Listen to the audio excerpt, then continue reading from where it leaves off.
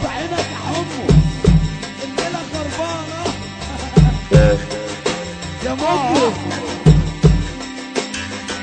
المتمكن محمد عبد السلام الزيرو، لو في حاجه قبل الزيرو برضه ماشي. شبريس اللي بتقول عويعه، عم عباس الضو اللي بيقول عويعه، وفرحه اولاد الضو عشان حماده الضو. هو براحتك بقى، براحتك خالص، على الهادي خالص، عشان خاطر امير.